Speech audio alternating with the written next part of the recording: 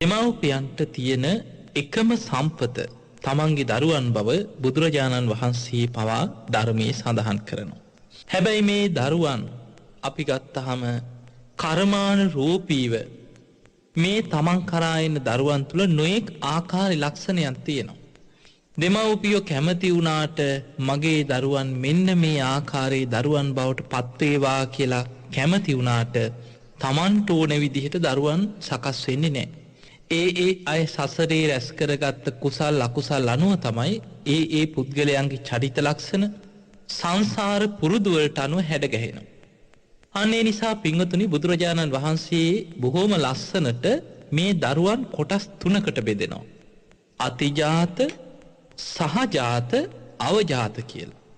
අතිජාත කියලා කියන්නේ බුදුරජාණන් වහන්සේ වදාළ දෙමව්පියන්ට වඩා ගුණයෙන්, සීලයෙන්, ගුණධර්ම වලින් උසස් දරුවෝ සමහර දෙමව්පියන්ට ලැබෙනවා.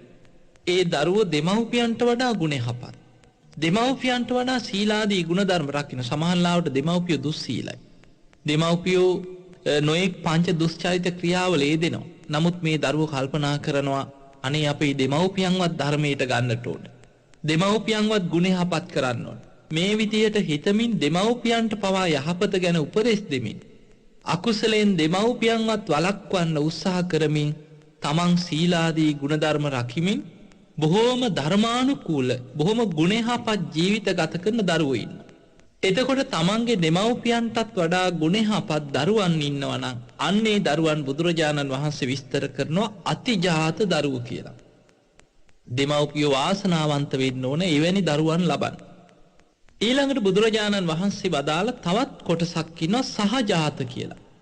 සහජාත කියන්නේ දෙමව්පියන් හා සමාන ගුණධර්ම ඇති දරුවෝ. අපි ගමු දෙමව්පියෝ ඉන්නවා කියලා සීලවන්ත යම් ගුණයහපත් ධර්මානුකූල ජීවිත ගත කරන දෙමව්පියෝ ඉන්නවා නම් ඒ දෙමව්පියන්ගේම ගුණධර්ම වලට අනුව හැඩගැහෙන දරුවෝ ඉන්නවා. සමහර වෙලාවට දෙමව්පියෝ තුල ඒ තරම් ගුණධර්මයක් නැත්නම් ඒ හා සමානම චරිත ලක්ෂණ ඇති දරුවෝ ඉන්නවා. එතකොට දෙමව්පියන් හා සමාන චරිත ලක්ෂණ දෙමව්පියන් හා සමාන ගුණධර්ම ඇති දරුවෝ ඉන්නවා නම් ඒ දෙමව්පියන්ට අනුවම හැඩගැහිච්ච දරුවෝ කොටසක් නම් බුදුරජාණන් වහන්සේ ඒ දරුවන් ගැන ධර්මයේ හඳුන්වනවා සහජාත සමාන ගුණධර්ම ඇති දෙමව්පියන් හා සමාන ගුණධර්ම ඇති දරුවන් හැටියට. ඊළඟට අපි සමාජය තුල නම් මේ අවජාත කියපු ගමන් අපිට මතක් වෙන්නේ වෙනත් වැරදි අර්ථයක්.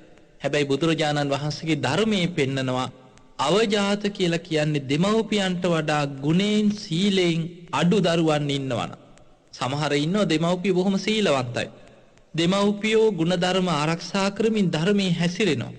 හැබැයි සීලවන්ත දෙමව්පියන්ට දාව උපදින දරුවෝ ඉන්න පුළුවන් මහා සමාජයේ පිළලයක් වෙච්ච හොරු වංචනිකයෝ මිනිමරුවෝ සල්ලාලියෝ බේබද්දෝ මේ වගේ මහා නරක වැරදි සමාජයටත් පුරුදු කරන තමනුත් අපායගාමී ජීවිතයක් ගත කරමින් සමාජයටත් අනර්ථය පිණිස කටයුතු කරන දරුවෝ ඉන්න පුළුවන්. එතකොට දෙමව්පියන්ට වඩා ගුණයෙන් සීලයෙන් ඊ타ත්ම පිරිහි ගිය දරුවන්ට බුදුරජාණන් වහන්සේ පෙන්වන්නේ එවැනි දරුවෝ අවජාත දරුවෝ හැටියට ධර්මයේ සඳහන් කරනවා. ඒ නිසා මෙන්න මේ කරුණ වලට අනුව අපිට පේනවා ඒ දරුවන් දැන් දෙමව්පියන්ට ඕන චරිත ලක්ෂණ නෙමෙයි දරුවන්ට ගොඩ නැගෙන්නේ. හැම දෙමව්පියෙක්ම දැන් අපි ගමු මේ විදිහට පවුලේ දරුවෝ 5 දෙනෙක් ඉන්නවනම් දෙමව්පිය උත්සාහ කරන්නේ මේ දරුවන්ට හොඳට උගන්වන්න හැමෝටම. සමාජයේ ඉහළ තලවලට යවන්න.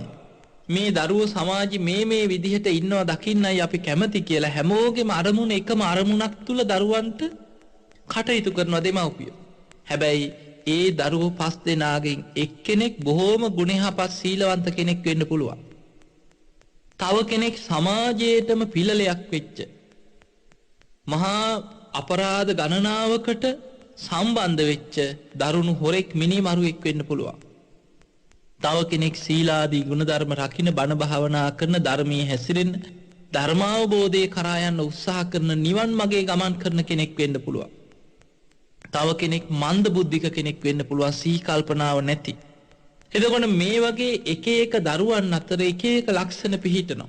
එතකොට අපිට පේනවා මේවා සසරෙන් අරගෙන එන දේවල් ඒ අයගේ ජීවිතවලට මේවැ බලපෑමක් සිද්ධ වෙනවා. ඒ නිසා බුදුරජාණන් වහන්සේ බොහෝම ලස්සනට පෙන්නනවා. නමුත් දෙමව්පියන්ගේ ඉලක්කය තමයි මේ දරුවන් පුළුවන් තරම් ධර්මයට යොමු කිරීම. ඒ නිසා බුදුරජාණන් වහන්සේ වදාළ දෙමව්පියන්ට දරුවෙක් ලැබුණට පස්සේ උන්වහන්සේගේ ගිහි ශ්‍රාවකයන්ට උපදෙසක් දෙනවා. ඒක දීතු කියන සූත්‍ර බුදුරජාණන් වහන්සේ වදාළ සංයුක්ත නිකායේ දෙමව්පියන්ට විවාහ ජීවිතේ ගත කරනකොට දරුවෝ ලැබෙනවා. ඒ දරුවන් අතර එකම දුවක් ඉන්න දෙමව්පියන් ඒ අම්මා තාත්තා තමන්ගේ දුවට නිතර අවවාදයක් හැටියට කියනවා දුවේ ඔයා කුජුත්තරා වගේ කෙනෙක් වෙන්නට ඕනේ. දුවේ ඔයා වේලුකණ්ඨකී නන්ද මාතා වගේ කෙනෙක් වෙන්නට ඕනේ කියලා අර දියණියට ඉලක්කයක් පෙන්වන්න කියනවා. එතකොට බලන්න බුදුරජාණන් වහන්සේ දුවෙකුට දියණියකට පෙන්නපු ඉලක්කය තමයි කුජුත්තරා වගේ වෙන්න, වේලුකණ්ඨකී නන්ද මාතා වගේ කෙනෙක් වෙන්න කියනවා. නමුත් අද අපිට සමාජය තුළ මෙවැනි දේවල් අහන්න ලැබෙන්නේ නැහැ. ධර්මයේ සඳහන් වෙන්නේ කුජුත්තරා වේලුකණ්ඨකී නන්ද මාතා වගේ අය බොහෝම සීලවන්ත ගුණවන්ත ජීවිත ගත කරමින් ගිහි ජීවිතේම අනාගාමී ඵලයේ දක්වාම ධර්මයේ දියුණු කරගත් අය. එතකොට මේ මාර්ගඵල හතරෙන් තුනක්ම ගිහි ශ්‍රාවකයෙකුට ගිහි ජීවිතයේ තුල රැඳෙමින් අවබෝධ කළ යුතු ඉහළම මාර්ගඵලයන් අවබෝධ කරගෙන ගිහි ජීවිතේ බොහෝම සාර්ථක ජීවිතයක් ගත කරගෙන ධර්මාවබෝධේ කරා ගිය කුජුත්තරා වේලුකණ්ඨකී නන්ද මාතා වගේ අය ආදර්ශයට අරගෙන එවැනි කෙනෙක් වෙන්න මමත් උත්සාහ කරනවා කියලා දුවේ ඔයා මහන්සි වෙන්න කියලා අන්න බුදුරජාණන් වහන්සේ දෙමව්පියන්ට ඉලක්කයක් පෙන්නනවා. ඊළඟට බුදුරජාණන් වහන්සේ වදාලා දෙමව්පියන්ට එකම පුතෙක් ඉන්නවා නම් ඒ පුතාට පුංචි කාලේ ඉඳන් ඉලක්කයක් පෙන්වන්න කියනවා. පුතේ ඔයා චිත්ත ගෘහපති වගේ කෙනෙක් වෙන්නට ඕනේ. හත්තාලෝක පුත්ත සිටුතුමා වගේ කෙනෙක් වෙන්න කියලා අන්න බුදුරජාණන් වහන්සේ පෙන්වන ඉලක්ක චිත්ත ගෘහපතිතුමාත් හත්තාලෝක පුත්ත සිටුතුමා මේ දෙන්නම ගිහි ජීවිතයේ තුල ධර්මය අවබෝධ කරගෙන අනාගාමී ඵලයේ දක්වාම ධර්මයේ දියුණු කරගත්ත දෙන්නේ. එතකොට බලන්න බුදුරජාණන් වහන්සේ ගිහි ශ්‍රාවකයන්ට පෙන්නපු ඉලක්කය ගිහි ජීවිතයේ තුල අනාගාමී ඵලයේ දක්වාම ධර්මයේ දියුණු කරන්න කියලා. දැන් බලන්න ධර්මයේ සඳහන් වෙනවා කොසල් රජුරෝ දවසක් බුදුරජාණන් වහන්සේ මුණ ගැහෙන්න පැමිණිලා බුදුරජාණන් වහන්සේට වන්දනා කළා. එකත් පසකින් වාඩි වෙලා ධර්ම කතාවක යෙදෙමින් ඉන්න අතරතුර රාජපුරුෂයෙක් ජේතවනාරාමයට පැමිණිලා රජුරවන්ට පේන මානේ නතර වෙලා හිටියා. රජුරවන්ට පණිවිඩයක් අරගෙන ඇවිල්ලා බුදුරජාණන් වහන්සේ සමග මේ සංවාදය යන අතරතුර මේ රජතුමා කියනවා ස්වාමීනි භාග්‍යතුන් වහන්සේ පණවිඩ කරුවෙක් ඇවිත් තියෙනවා මං චුට්ටක් මේක දැනගන්නම් කියලා අර සේවකයා ඇවිල්ලා රාජපුරුෂයා රජුරුවන්ගේ කනට කරලා යම් කිසි රහසක් කියා හිටියා. හැබැයි මේ පණවිඩේ කියනකොටම රජුරුවන්ගේ මූණ නිකන් ඇඹුල් වෙලා කියන්නේ නිකන් බොහොම නිකන් එපා වෙලා ගියා කියලා අපේක්ෂා භංගත්වයක් මූණෙන් පෙන්눔 කරා. බුදුරජාණන් වහන්සේට වැටහුණා මොකක්ද මේ කාරණේ. බුදුරජාණන් වහන්සේ විමසනවා රජතුමනි මොකද හිතේ යම් කනගාටුවක් දුකක් බලපුවාම මේ කනට කරලා කියලා තියෙන්නේ කෝසල මල්ලිකාව රජුරුවන්ගේ බිසවට දුවෙක් ලැබුණා කියලා. එතකොට බලන්න මේ දුවනියක් දුවෙක් හම්බුණා කියනකොටම රජුරුවන්ට නිකන් අනේ පුතෙක් ලැබුණා නම් කොච්චර හොඳද කියලා අර දුවෙක් ලැබුණා කියන එකට නොසතුටක් පෙන්눔 කරා මූණේ. ඒ වෙලේ බුදුරජාණන් වහන්සේ දියණියකගේ වටිනාකම ගැන බොහෝම ලස්සනට ගාථා කීපයකින් රජුරවන්ට පෙන්නනවා රජතුමනි සීලවන්ත ගුණවන්ත පතිවෘතාව ආරක්ෂා කරගෙන ජීවත් වෙන එවැනි දියණියක් මේ ලෝකේම බබලවනවා කියලා බුදුරජාණන් වහන්සේ බොහෝම ලස්සනට ගාථා වලින් රජුරවන්ට කරුණු කියලා රජුරවන්ගේ හිත සලසනවා. එතකොට බලන්න අපිට පේනවා මේ සමාජයේ තුල මේ තියෙන නොයෙක් ආකල්ප අදහස් දිහා බලනකොට බුදුරජාණන් වහන්සේ හැම වෙලාවෙම පෙන්වුවේ ඒ දරුවන් තුලින් ධර්මයේ කරා යන පුංචි කාලේ ඉඳන් ධර්මයට යොමු කරවන දරු පිරිසක් දෙමව්පියන් විසින් ඇති කරවන්න උත්සාහ කරන්නට ඕන. දැන් අපි කවුරුත් දන්නවනේ නිතර අපි අහලා තියෙන ওই සිඟාලෝවාද සූත්‍රය. මේ දේශනාව තුළ බුදුරජාණන් වහන්සේ දෙමව්පියන්ට දෙනවා උපදෙස්. කොහොමද දරුවන් හදන්නට ඕන? ඒ දරුවන්ව පුංචි කාලේ ඉඳන් මොන වගේ ඉලක්කයක් මොන වගේ අරමුණක් තුලද මෙහෙවන්නට ඕන? අන්න බලන්න බුදුරජාණන් වහන්සේගේ පළවෙනිම උපදේශය තමයි පාපා නිවාරෙද්දී.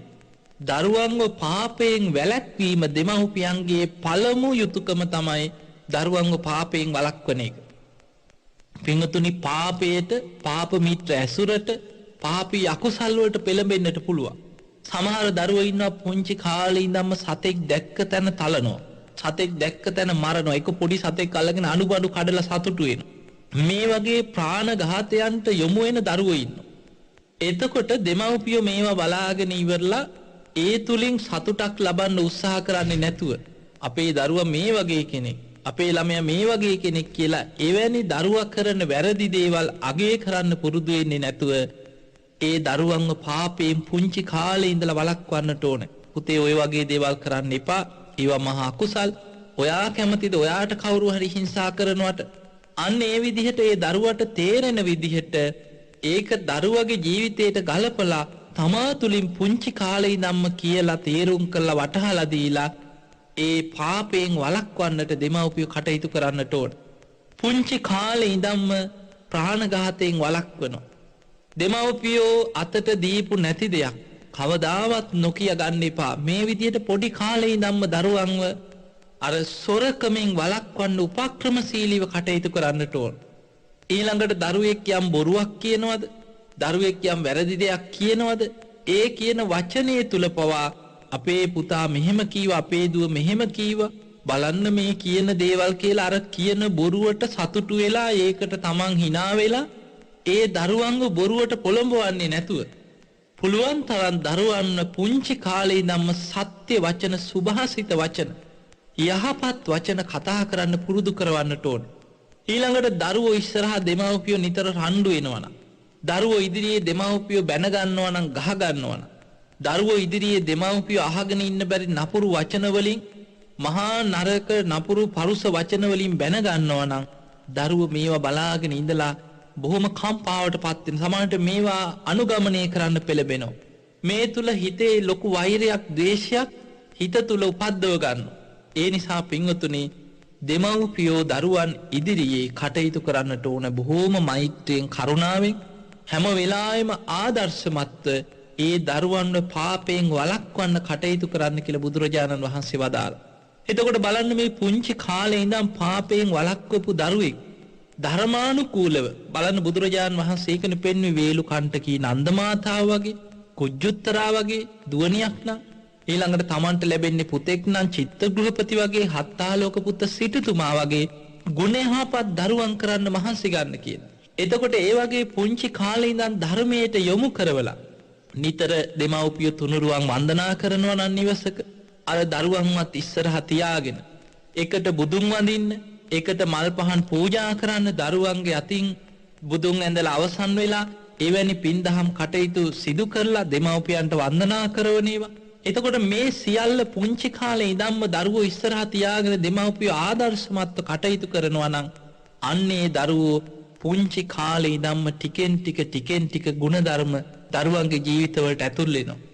ඒ නිසා හැම වෙලාවෙම ගහ ගහ බැන බැන පන්ති මැදගෙන යන්නේ නැතුව මේ දරුවන්ව පුළුවන් තරම් පාපයෙන් වළක්වන්න, මේ අකුසල් ගැන, ඒවැ විපාක ගැන මේ දරුවන්ට ටික කතන්දර වගේ හරි මේ අකුසල් වැරදි කිරීමේ විපාක ගැන දරුවන්ට කියලා දීලා අන්න දරුවන්ව පාපයෙන් වළක්වන්න උත්සාහ කරන්නට ඕනේ. ඒක තමයි දෙමව්පියන්ගේ පළවෙනිම යුතුයකම.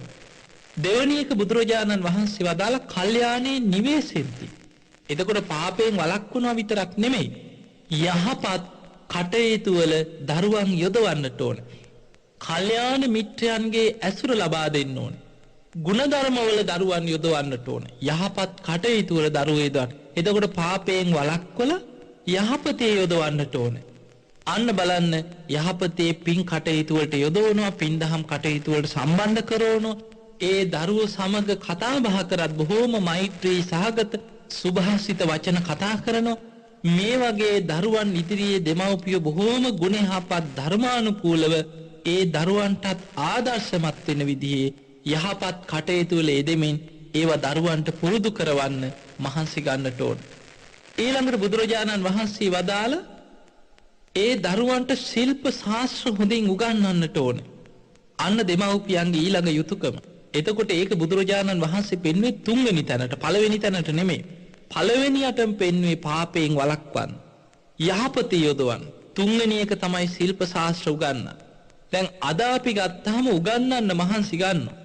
දවසේ ගානේ එක්ක ටියුෂන් ගුරුවරු ළඟට ඇදගෙන යනවා. දෙමව්පියොත් පුංචි කාලේ ඉඳන්ම ටියුෂන් පන්තියේ ඉස්සරහයි මොන්ඩිසෝරියේ ඉස්සරහයි ඊළඟට ළමයි ඉස්කෝලේ ඇරෙනකන් අර එළියට වෙලා හිටගෙන ඉන්නවා. මේ ළමයින්ව අරගෙන දෙමව්පියෝ උදේ ඉඳන් රෑ වෙනකම් පන්ති ගන්න.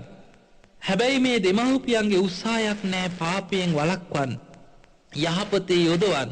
දරුවන් ගුණගරුක දරුවන් කරන්නේ කොහොමද කියලා දෙමව්පියෝ ඒ විදිහට කල්පනා නොකරන නිසා සමහර වෙලාවට ඉංජිනේරුවෙක් වුණත් සමහරලාට මහා සමාජයට පිළලයක් වෙච්ච එක්ක මිනිමරුවෙක් වෙන්න පුළුවන්, හොරෙක් වෙන්න පුළුවන්. ඉංජිනේරුවෙක් වුණත් Taman හම්බ කරන දෙයින් ඒ ව්‍යාපෘති වලින් ගසා කන, ඊළඟට මේවෙන් පුළුවන් තරම් වංචනික කටයුතු කරලා රටට සමාජයටත් හානි කර මහා අපරාධකාරයෙක් හැටියට තමයි ඔහුගේ උගත්කම තියෙන්නේ.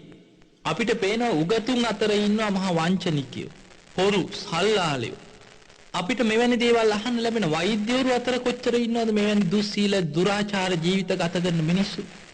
අද අපි බන්ධනාගාරයක් ඇතුළට ගිහිල්ලා සිරකාරයෝ ගැන අධ්‍යයනය කරලා බලන්න. සමහරලාවට හොඳ උගත්තු හැටියට සමාජ ඉගෙනගත් උපාධිධාරීන් අතර මිනිමැරුම් වලට අහුවෙච්ච කී දෙනෙක් ඉන්නවද? හොරකම් වලට අහුවෙච්ච කී දෙනෙක් ඉන්නවද? මත්කුඩු මත්ද්‍රව්‍ය ජාවාරම් කරනවා. එක පැත්තකින් වෛද්‍යවරයෙක්, එක පැත්තකින් ඉංජිනේරුවෙක්, තමයි නීතිඥයෙක් හැටියට පෙනී ඉන්නවා. තමුත් තමන්ගේ ව්‍යාපාර එක්ක මත්කුඩු මත්ද්‍රව්‍ය, ඊළඟට මෙවැනි සමාජයට පිළලයක් වෙච්ච නොයෙක් විදිහේ දුරාචාර කටයුතු වල යෙදෙනවා.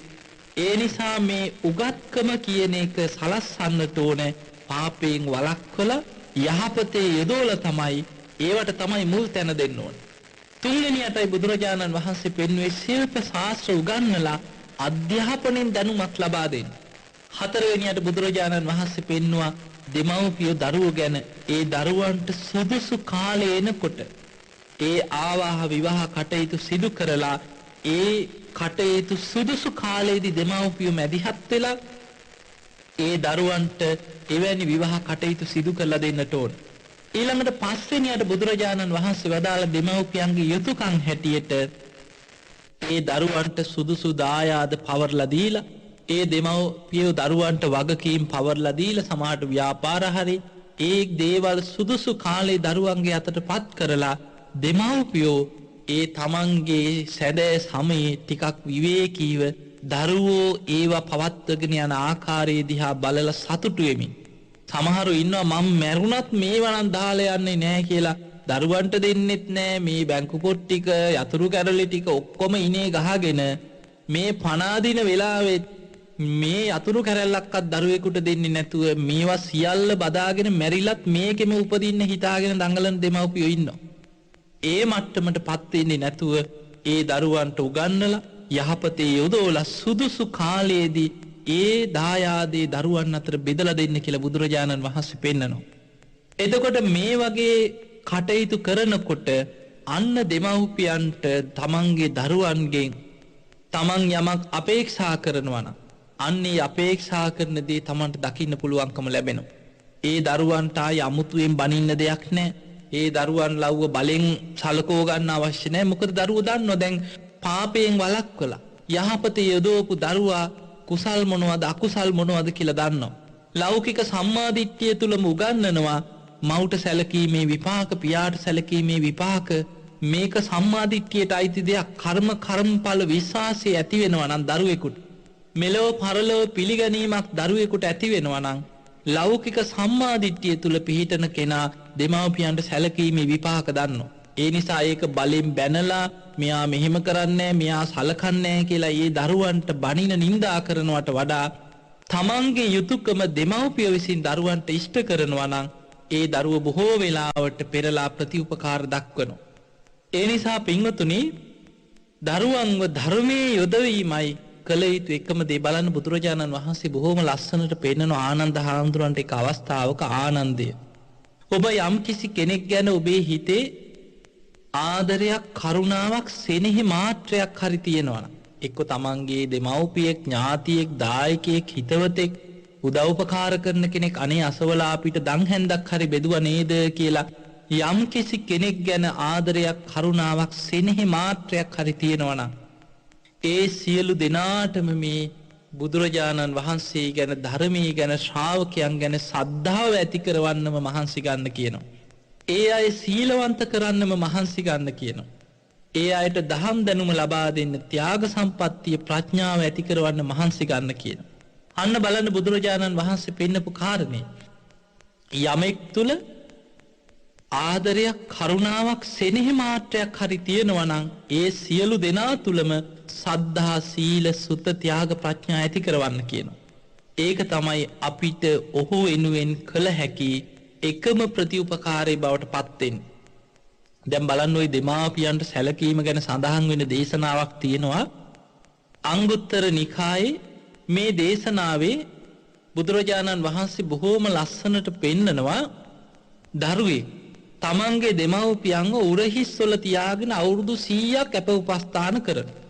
ඒ දෙමව්පියෝ උරහිසේම මල මුත්‍රා පහ කරනවා. නමුත් මේ දරුවට ඇති වෙන්නේ අනේ මං මෙහෙම කරේ තියාගෙන ඉන්නකොට මගේ උරහිසේම මල මුත්‍ර පහ කරා නේද කියලා වැරදි සිතුවිල්ලක්වත් තරහ සහගත සිතුවිල්ලක්වත් ඇති කරගන්නේ නැතුව අර දෙමව්පියන්ව උරහිස්වල තියාගෙන අවුරුදු 100ක් අප උපස්ථාන කරනවා. උණු පැන් ගල්වනවා, සිසිල් පැන් ලබා දෙනවා, බෙහෙත් හේත් කරනවා. මේ සියලු කටයුතු සිදු කරනවා. දැන් මේ කියන උපමාව දිහා බලපුවම අපිට පේනවා මේක මේ ප්‍රායෝගිකව කරන්න පුළුවන් දෙයක් නෙමෙයි. කරේ තියාගෙන අවුරුදු 100ක් ඉන්න පුළුවන්.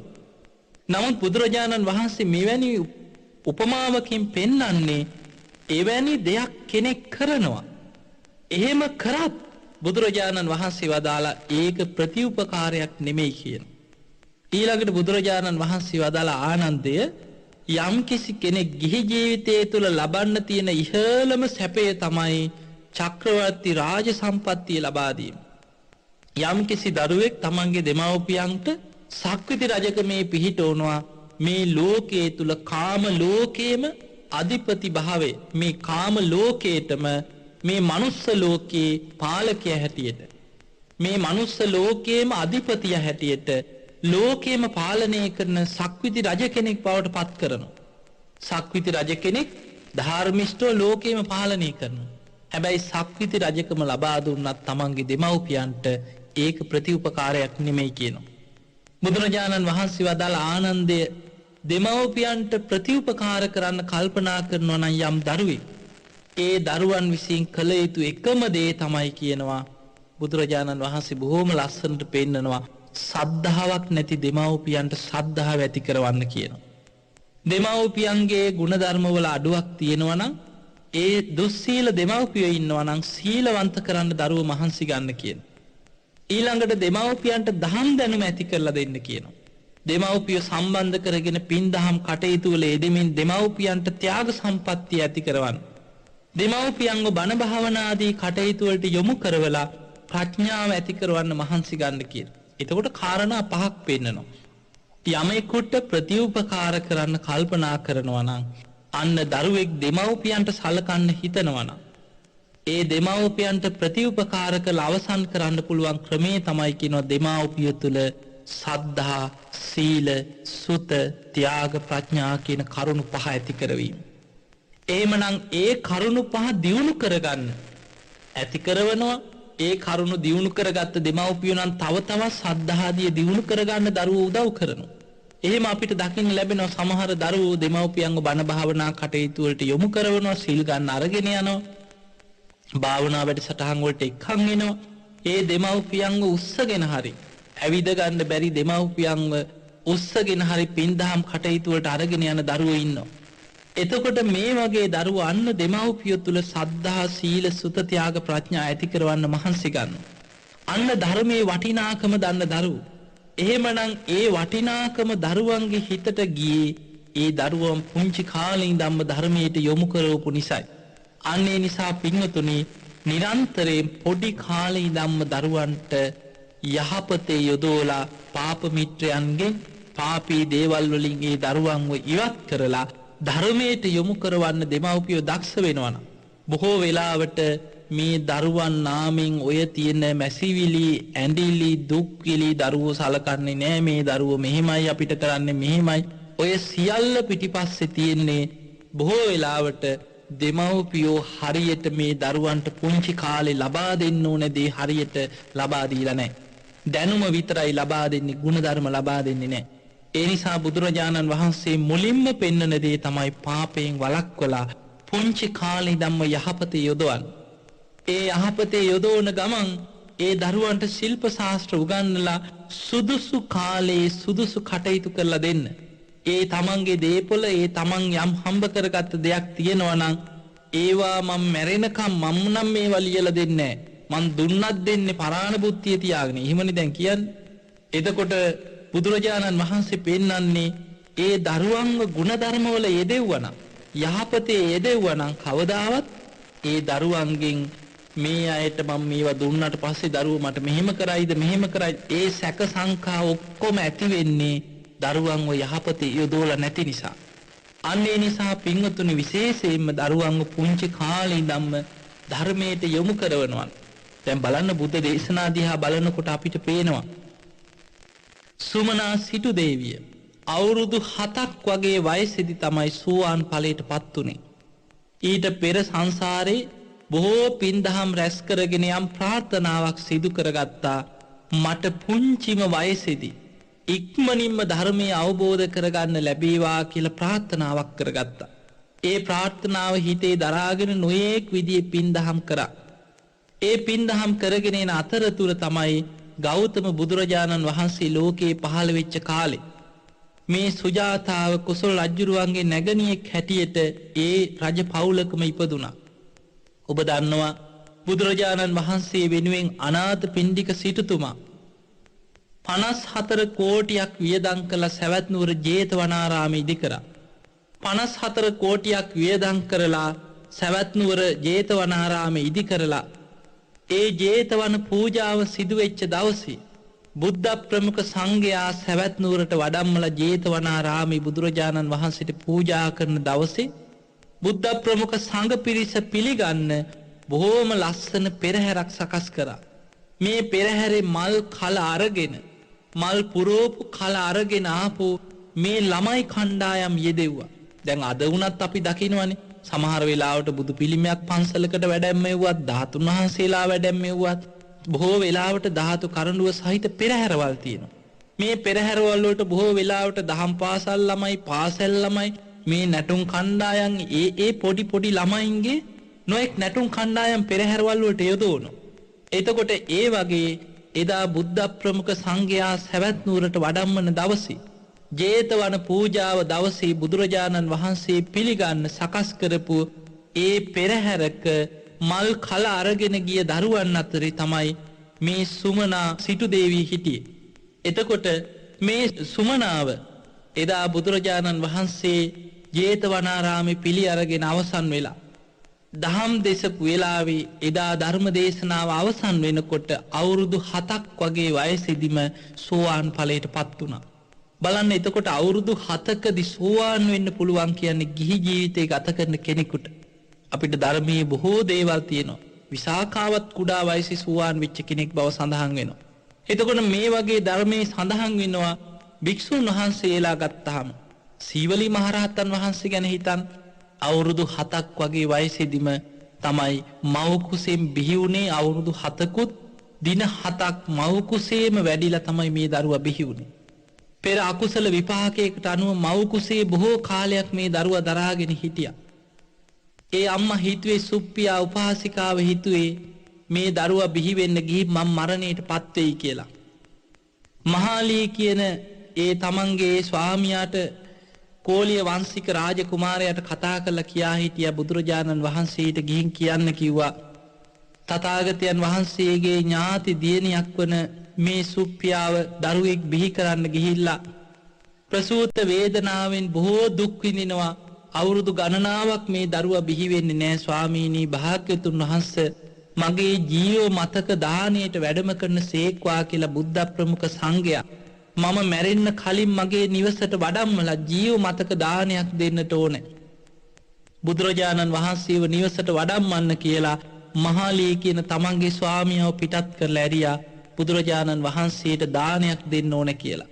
දරුවා බිහිවෙන්නේ නැතුව ප්‍රසූත වේදනාවෙන් මේ අම්මා දින ගණන වේදනාව විඳින අතරේ මේ පණවිඩේ මහාලී කියන මේ රාජකුමාරයා ගිහින් බුදුරජාණන් වහන්සේට කියනවා ස්වාමීනි භාග්‍යතුන් වහන්සේ ඔබ වහන්සේගේ ඥාති දියණියක් වන සුප්පියා උපාසිකාව දරුවෙක් බිහි කරන්න ගිහින් මේ තරම් ප්‍රසූත වේදනාවකින් වේදනාව විඳිනවා ස්වාමීනි භාග්‍යතුන් වහන්සේට භික්ෂු සංඝයා සමග හෙට දවසේ ජීව මතක දානයට වැඩම කරන්නයි කියලා ආරාධනා කරපු වෙලාවේ බුදුරජාණන් වහන්සේ ආශිර්වාදයක් කරා සුප්පියා කෝලිය දියණිය සුවපත් වේවා සුවසේ දරුවා බිහි වේවා කියලා බුදුරජාණන් වහන්සේ සත්‍යක්‍රියාවක් කරලා ඒ වචනය බුදුමුවින් පිට වෙනවත් සමගම කිසිම වේදනාවක් නැතුව බුදුරජාණන් වහන්සේගේ අර අනන්ත ගුණානුභාව බලයෙන් ඒ බුද්ධ වචනයෙන් දරුවා බිහි වුණා. ඒ තමයි සීවලී කුමාරයා. මේ පුංචි දරුවා බිහි වෙනකොට අවුරුදු 7ක්ම මව් කුසේ වැඩිච්ච දරුවෙක්. ආරාධනා කරේ ජීව මතක දානෙට. නමුත් දරුවා බිහි වුණාට පස්සේ මේ සතුටට දින 7ක්ම බුද්ධ ප්‍රමුඛ සංඝයාට නිවසේ දන් දුන්නා. 7 වෙනි දවසේ මේ පුංචි දරුවා අවුරුදු 7ක් වැඩිච්ච දරුවෙක් ඇවිදිනවා. ඒ වගේම පුංචි වයසේ කතා කරපු බව සඳහන් වෙනවා. මේ දානේ බෙදනකොට අර පිරිස අතරේ ඇවිද යනවා මේ පුංචි දරුවා. ඒ වෙලාවේ සාරිපුත්ත හාමුදුරුවෝ මේ පුංචි දරුවගෙන් අහනවා පුතේ කොහොමද පැවිදි වෙන්න කැමති නැද්ද කියලා. ඒ වෙලාවේ මේ දරුවා කියනවා මම කැමතියි කියලා. මේ දරුවා සමග සාරිපුත්ත මහරහතන් වහන්සේ කතා කර ඉන්න ආකාරයේ අර සුප්පියා උපාසිකාව බලාගෙන ඉඳලා පුදුමාකාර දරු සෙනෙහසක් ඇති වුණා. අනේ මගේ පුතා මේ ප්‍රඥාවන්තයන් අතර අගතැන්පත් සාරිපුත්ත මහරහතන් වහන්සේ සමග නේද මේ කතා කර ඉන්නේ. බුදුරජාණන් වහන්සේ දැක්කා මේ සුප්පියා උපාසිකාවගේ හිතේ ඇතිවෙච්ච දරු සෙනෙහස. ඒ වෙලාවේ බුදුරජාණන් වහන්සේ අහනවා සුප්පියාව මේ දරුවා වගේ තව දරුවෝ ලැබෙනවට කැමති දනේ ස්වාමීනි කොයි තරම් දෙයක් මේ වගේ දරුවෝ තව 1000ක් ලැබුණත් මං ඒත් කැමතියි. බලන්න අර දරුවා බිහි වෙන්න ගිහින් විඳපු වේදනාවේ දුක සියල්ල දරු සෙනෙහසත් එක්ක අර අම්මට අමතක වුණා. ඒ වෙලාවේ බුදුරජාණන් වහන්සේ ගාථාවක් ප්‍රකාශ කරා අසාර දේවල් සරු විදිහට වෙස්වලාගෙන දුක්ඛං සුඛස් රූපේන දුක සැප විදිහට වෙස්වලාගෙන පැමිණෙනවා. අසාතං සාත රූපේන පිය රූපේන අප්පිය දුක්ඛං සුඛස් රූපේන පමත්ත මති වත්තති කියලා බුදුරජාණන් වහන්සේ මේ ගාථාවෙන් දහම් දෙසපු වෙලාවේ ඒ වෙලාවේ සුප්පියාව කියනවා අනේ ස්වාමීනි මට දැන් වැටහුණා මේ දරුවෙක් නිසා මං විඳපු වේදනාව. ඒ නිසා ස්වාමීනි මේ දරුවා ශාසනයටම ලබා දෙනවා මේ දරුවා පැවිදි කරන සේක්වා කියලා මේ දරුවා එදා බුදුරජාණන් වහන්සේගේ අතට පත් කරා. මේ පුංචි වයසේදීම එදා සාරිපුත්ත හාමුදුරුවන්ගේ අතට බුදුරජාණන් වහන්සේ දුන්න සාරිපුත්ත මේ පුංචි දරුවා මහා පින්වන්ත කෙනෙක් ඉක්මනට ගිහින් පැවිදි කරන්න කියලා. එතකොට බලන්න අවුරුදු 7ක් වගේ වයසේදී මේ පුංචි පුතාව ගෙනහිල්ලා පළවෙනි කෙස් රොද කපල අතට දුන්නා. මේ කෙස් රොද ගැන හොඳට නුවණින් හිතන්න කේසා ලෝමා නඛා දන්තා තචෝ කියලා මේක පිළිකුල් වශයෙන් වඩන් පළවෙනි කෙස් රොද අනිත්‍ය වශයෙන් පිළිකුල් වශයෙන් වඩනකොට සෝවාන් ඵලයට පත් වුණා. දෙවනි කෙස් රොද අතට අරගෙන මේක අනිත්‍යයි මේක පිළිකුලයි කියලා සිහි කරනකොට සකදාගාමි වුණා. තුන්වෙනි කෙස් රොද නුවණින් විමසනකොට අනාගාමි වුණා. හිස බාල අවසන් වෙනකොට සිවුර පොරවන්නත් පෙර අරහත්ත්වයට පත් වුණා. එතකොට අපිට පේනවා අපි මේ පුංචි දරුවෝ තාම මේක පොඩි එකා ගිය මේ හුරතල් කර හිටියට අවුරුදු 7ක් වගේ වයසේදී රහත් වෙච්ච රහතන් වහන්සේලා ගැන බුද්ධ දේශනාවල තියෙනවා. නමුත් අද නම් මේ පොඩි ළමයා මෙයාට මොනවත් තේරෙන්නේ නැහැ. ඔය ළමයා තාම පොඩි කිය දරුවෝ හුරතල් කරාට බලන්න බුදුරජාණන් වහන්සේගේ මේ ධර්ම දේශනාවල තියෙන රහතන් වහන්සේලාගේ ජීවිත කතා ගැන ගන්නකොට ඒ නිසායි බුදුරජාණන් වහන්සේ දේශනා කරන්නේ යෝ හවේ දහරෝ බික්කු යොංජති බුද්ධ ශාසනේ සෝයිමන් ලෝකම් පබහසේති අබ්භාමුත්තෝ චන්දිම. බුදුරජාණන් වහන්සේ මේ ගාථාවෙන් පෙන්නනවා ඒ කෙනා පුංචි කෙනෙක් පොඩි ළමයෙක් පුංචි දරුවෙක් ඊළඟට මේ භික්ෂුව පුංචි කියලා කවදාවත් අවමන් කරන්න එපා කියනවා. ඒ පුංචි කෙනෙක් වුණත් ඒ කෙනා පැවිදි වෙලා ගුණධර්ම සීලාදී ගුණධර්ම රැකලා ධර්මය අවබෝධ කරගත්තොත් ඒ කෙනා හරියට වලාකුලින් මිදිච්ච පුන් සඳක් මේ ලෝකෙම ආලෝකමත් කරනවා වගේ ලෝකයාම ආලෝකමත් කරනවා කියලා බුදුරජාණන් වහන්සේ වදා. ඒ නිසා පින්වතුනි උපක්‍රමශීලී වෙන්න ඕන. දැන් බලන්න අනාථපිණ්ඩික සිටුතුමාටත් හිටියා ධර්මයට කැමති නැති බුදුරජාණන් වහන්සේ නිවසට එනකොට පිටිපස්සේ දොරෙන් මගහැරලා යන පුතෙක් කාල සිටු පුත්‍රයා කියලා දරුවෙක්. එතකොට අනාථපිණ්ඩික සිටුතුමාගේ පුතත් මුල් කාලේ බණහන්න කැමති උනේ නැහැ. බුදුරජාණන් වහන්සේට දන් දෙනකොට පින්කම් කරනකොට බුද්ධ ප්‍රමුඛ සංඝයා නිවසට වඩිනකොට මේ අනාථපිණ්ඩික සිටුතුමාගේ පුතත් මගහැරලා යනවා. සිටුතුමා උපක්‍රමයක් යෙදුවා. සිටුතුමා මොකද කරේ? සිටුතුමා කියා හිටියා මේ දරුවට දැන් තරුණ කාලේ සල්ලි වලටනේ ආස. මුදල් වලට ආස කරනවා. යාළුවෝ එක්ක විනෝද වෙන්න ආස කරනවා. සිටුතුමා කියා හිටියා පුතේ මං කහවණු 100ක් දෙනවා. ගිහිල්ලා සිල් ගන්න කිව්ව. පොයේ දවසේ ගිහිල්ලා ධම්සභා මණ්ඩපයට ගිහිල්ලා බුදුරජාණන් වහන්සේ භික්ෂූන් වහන්සේලා දහම් දෙසනවා. දවසක් සිල් ගන්න කිව්ව කහවණු 100ක් දෙන්න. බොහෝම සතුටින් කැමති වුණා සිල් ගන්න. ඉතින් සිල් රෙදි පොරෝගෙන ගිහිල්ලා එතන නිදාගත්තත් කමක් නැහැ. ගියා. දැන් තරුණ වයසේ අර මුදලට තිබ්බ ආසාව නිසා තමයි ගියේ. ජේතවනාරාමයට ගිහිල්ලා එදා හොඳට අයිනක් අල්ලලා හේතු වෙලා එක බණ පදයක් හිතට ගියේ නෑ. නිදාගෙන ඉඳලා හවස් වෙලා ගෙදර ආවා. සිල් ඇඳුම් පිටින්ම ආවා. දැන් කහවණු 100ක් හම්බුණා. අන්න දැන් මේ දරුවට ගොඩක් සතුටුයි. දැන් ඔන්න සල්ලි හම්බෙන්න ක්‍රමයක්. සිටුතුමා උපක්‍රමශීලීව ඊළඟ දවසේ කියනවා පුතේ ඔන්න ආයෙමත් පොයේ දවසක් එනවා. මේ පොයේට ගිහින් සිල් ගන්නවා විතරක් නෙමෙයි බණ පදයක් මතක තියාගෙන ඇවිල්ලා මට කිව්වොත් කහවණු 1000ක් දෙනවා කිව්වා. අන්න උපක්‍රමේ. මං ඒක කරන්නම් කියලා කැමති වුණා. කැමති වෙලා සිල් ඇඳුම් ඇඳගෙන බොහොම උපාසකයා වගේ ගියා. ගිහින් ධම්සභා මණ්ඩපේ දැන් ඉස්සරහින්ම ගිහින් වාඩි වුණා. මොකද උවමනාව තියෙන්නේ ගාථාවක ඒ පදයක් කොටසක් හරි මතක තියාගන්න. ධර්ම කොටසක් මතක තියාගෙන ගිහිල්ලා කිව්වොත් කහවණු 1000ක් හම්බෙනවා. ඒ නිසා මේ දරුවා ඇවිල්ලා ඉස්සරහින්ම වාඩි වුණා. බුදුරජාණන් වහන්සේ දැක්ක සිතුවිල්ල. ධර්මාවබෝධයට පින තියෙන දරුවෙක්. බුදුරජාණන් වහන්සේ අදිෂ්ඨානයක් කරා මේ කාල සිටු පුත්‍රයාට මේ පුතාට ධර්මය වැටහේවා හැබැයි එක ගාථාවක්වත් මතක නොසිටාවා කියලා බුදුරජාණන් වහන්සේ අදිෂ්ඨානයක් කරා. ඒ වෙලාවේ බුදුරජාණන් වහන්සේ ධර්ම දේශනා කරා. ඒ දේශනා කරන ධර්මයට හොඳට කන් දීගෙන ඉන්නකොට ධර්ම කරුණු එකින් එක වැටහිලා ඉන්ද්‍රිය ධර්ම වැඩුණා. දේශනාව අවසන් වෙනකොට සෝවාන් ඵලයට පත් වුණා මේ පුංචි දරුවා. එතකොට මේ සිටුතුමාගේ පුතා ජේතවනේ පූජා කරපු මේ මහා සිටුතුමාගේ දරුවා තමයි මේ උපක්‍රමශීලීව සල්ලි දෙනවා කියලා තමයි බණහන් ඇරි.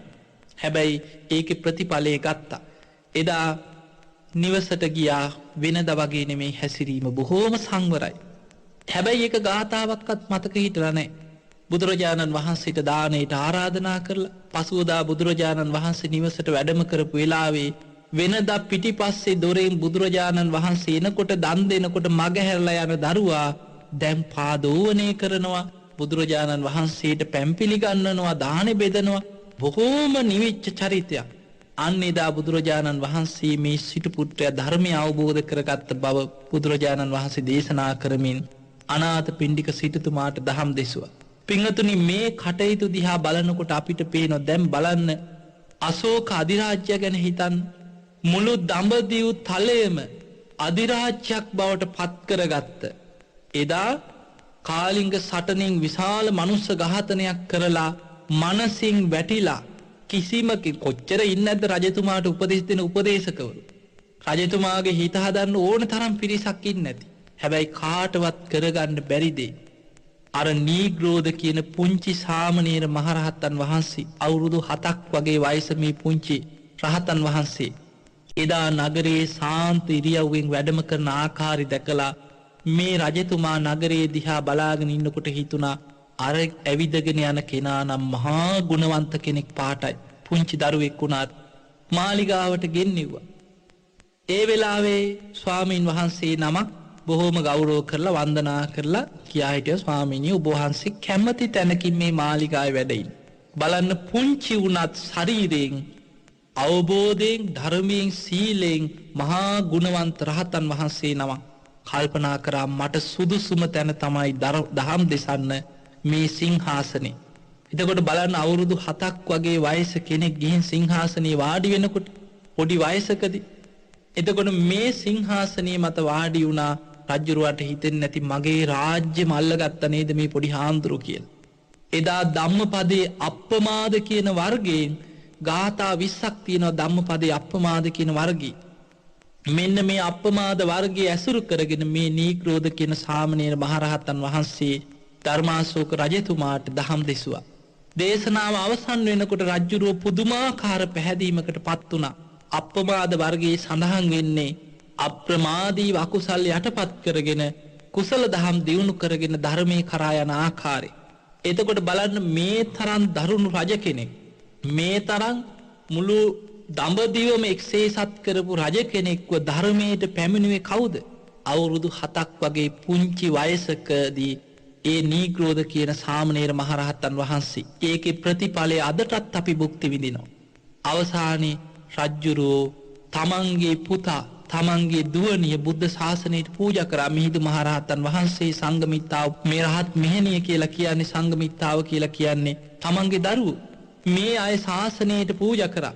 ඒ විතරක් නෙමෙයි මොග්ගලී පුත්තිස්ස මහරහතන් වහන්සේ ඇසුරු කරමින් තුන්වෙනි ධර්ම සංගායනාව පවත්වලා 1000ක් මහරහතන් වහන්සේලා එකතු කරලා තුන්වෙනි ධර්ම සංගායනාව පැවැත්වුවා. ලෝකේ අනෙක් රටවලටත් ධර්මයේ ව්‍යාප්ත කළ ඇරියා. බලන්න මේකේ ප්‍රතිඵලය බලන්න. මේ ප්‍රතිඵල තමයි අදටත් අපි මේ බණහන්නේ. අද අපි ගුණධර්ම ගැන සීලය ගැන මේ ධර්මයේ කතා කරන්නේ කවුරු නිසාද? ධර්මාශෝක රජතුමාගේ ධර්ම ප්‍රචාරයේ ප්‍රතිඵලයක් හැටියට තමයි මිහිඳු මහරහතන් වහන්සේ දා ඉත්තිය උත්තිය සම්බල බද්දසාල සුමන කියන සාමණේර මහරහතන් වහන්සේලාත් අනාගාමී බණ්ඩුක උපාසකතුමත් සමග මේ ලංකාවට අහසින් වැඩම කරලා මිස්සක පවුවට මේ ධර්මයේ ව්‍යාප්ත කරේ ලංකාද්වීපේ. එහෙමනම් මේ ලෝකේටම එදා ධර්මාශෝක රජුරුව ධර්මයේ ව්‍යාප්ත කරන්නට යෙදුනේ රජ්ජුරුවන්ව ඒ පරිවර්තනය ඇති කරේ පුංචි වයසකදී අර නීග්‍රෝධ කියන සාමණේර මහරහතන් වහන්සේ. ඒ නිසා පින්වතුනි කවදාවත් මේ කෙනා පුංචි තාම පොඩි ළමයා මෙයා ලදරුවා ඔයාට ඒක තේරෙන්නේ ඒ වගේ හිතන්න එපා. මහා පිං ඇති අය ඉන්නවා. පුංචි වයසේදී කෙනෙකුට යහපතේ යොදවනවා නම් අකුසලයෙන් වළක්වනවා නම් පොඩි වයසේදී ටිකෙන් ටික ධර්මයට යොමු කරනවා නම් පින් ඇති දරුව පුංචි වයසේදීම ධර්ම අවබෝධය කරා යනවා. ඔබ හිතන්න පුංචි රාහුල කුමාරයා ගැන පොඩි වයසකදී අවුරුදු 7ක් වගේ වයසේදී තමයි පැවිදි වුනේ. ඒ පැවිදි වෙලා මොන තරම් ගුණවන්ත ජීවිතයක් ගත කරාද? හැමදාම වැලිය හවුරක් අරගෙන අහසට විසි කරනවා. විසි කරලා උදේ පාන්දර අදිෂ්ඨානයක් ඇති කරගන්නවා මේ වැලි කැට ගණනට මට වැඩිහිටි භික්ෂූන්ගෙන් සෑම කෙනෙක්ගේ ඕනම කෙනෙක්ගෙන් මට අවවාද අනුශාසනා ලැබේවා කියලා අදිෂ්ඨානයක් කරනවා. දැන් සාමාන්‍ය කෙනෙක් අවවාදයක් කරනවට කැමති නැති එකනේ තියෙන්නේ. කෙනෙක් යමක් කියනවට අඩුවක් පෙන්ලා දෙනවට කැමති නැහැ. නමුත් බලන්න මේ පුංචි ස්වාමීන් වහන්සේ පුංචි රාහුල හාමුදුරුවෝ වැලි අවුරක් අහසට විසිකලා අදිෂ්ඨානයක් කරනවා මේ වැලි කැට ගණනට මට අවවාද අනුශාසනා ලැබේවා. ඒ ලැබෙන අවවාද අනුශාසනාවලට අනුව කවුරු මොන දේ කරත් සමහර ස්වාමීන් වහන්සේලා පුංචි රාහුල හාමුදුරන්ගේ ඉවසීම පරීක්ෂා කරන්න අතුපතු ගාලා ගියාට පස්සේ ආයෙමත් ඇවිල්ලා මිදුලට කුණු දාලා ඉවර වෙලා බනිනව ඇවිල්ලා. මේ පේන්නේ නැද්ද කවුද මේ කුටියේ ඉන්නේ? මේ හැමදැනම කුණු නේද කියලා බනිනකොට ආයෙමත් ඇවිල්ලා අනේ ස්වාමීනි මට සමා වෙන්න කියලා ඒ අයට ගිහින් වැඳලා සමාව අරගෙන ආයෙමත් ඉදලා අරගෙන මිදුල අතු ගන්න. එහෙම කරනකොට අර බලන්න පරීක්ෂා කරන්න කරපු අයටත් මොනතරම් දුකක් කම්පාවක් ඇති වෙනව ඇද්ද? අනේ අපි මෙහෙම පරීක්ෂා කරේ මේ වගේ ගුණවන්ත ස්වාමීන් වහන්සේ නමක් නේද කියලා. ඒ නිසා පින්වතුනි බලන්න මේ වගේ දේවල් මේ පුංචි ළමයින්ට අද පොඩි කාලේ ඉඳන්ම අපේ වීර චරිත හැටියට පෙන්වන්න ඕනේ. මෙවැනි සීලවන්ත ගුණවන්ත පුංචි කාලේ ධර්මය අවබෝධ කරගත් අයගේ චරිත කතා.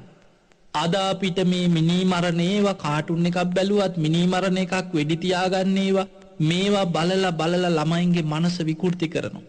ඒ නිසා මේ ජාතක කතාවල තියෙන කතන්දර පොත් දැන් ඔබ දරුවෙකුට පොතක් අරන් දුන්නත් මේ තියෙන කාටුන් වල තියෙන ඔය වෙඩි තියාගන්නේවා බෝම්බ ගහනේවා මරණේවා මේ වගේ දේවල් ඊළඟට කම්පියුටර් ගේම්ස් දිහා බලන්න මේවා තියෙන්නෙම දරුවන්ගේ මනස වෙඩි තියාගන්නේවා මරණේවා බෙලි කපනේවා මැරිලා වැටෙනේවා ලේ පෙරාගෙන වැටෙනේවා මේ වගේ වෙඩි තියලා මරලා තමයි ගේම් එක දිනන්න තියෙන්නේ. මේවෙන් දරුවන්ගේ මනසට ඇති වෙන්නේ ලේ පිපාසිත හැඟීමක්. දරුවෝ පුංචි කාලේ ඉඳන්ම රූපවාහිනියක් තුලින් කාටුන් එකක් තුලින් පවා මිනී මරන්න වෙඩි තියන්න මෙවැනි ප්‍රාණඝාත වලට මනස පොළඹවන්නේ නැතුව පොඩි දරුවන්ට පුංචි කාලේ ඉඳන් ඔය ජාතක කතා එවැනි ධර්මයේ හැසිරෙන අයගේ වීර චරිත කතා පුංචි ධර්මයට අනුකූල තියෙන පොඩි ළමා කතන්දර පොත් මේ වගේම දේවල් වලට දරුවෝ යොමු කරවන්න. එතකොට මෙන්න මේ වගේ දේවල් වලින් ඒ දරුවන්ගේ මනස ධර්මානුකූලව හැඩගැස්වෙනවා. අන්න ඒ නිසා පින්වතුනි ඔබ බුද්ධිමත් වෙන්න. ඔබ බුද්ධිමත් නම් ඔබට ධර්මයේ තේරෙනවා නම් දෙමව්පියෝ ධර්මානුකූලව හැසිරෙනවා නම් ඒ දෙමව්පියන්ට දාව උපදින දරුවන්වත් ඒ දෙමව්පියෝ ධර්මයට ගන්න දක්ෂ වෙනවා.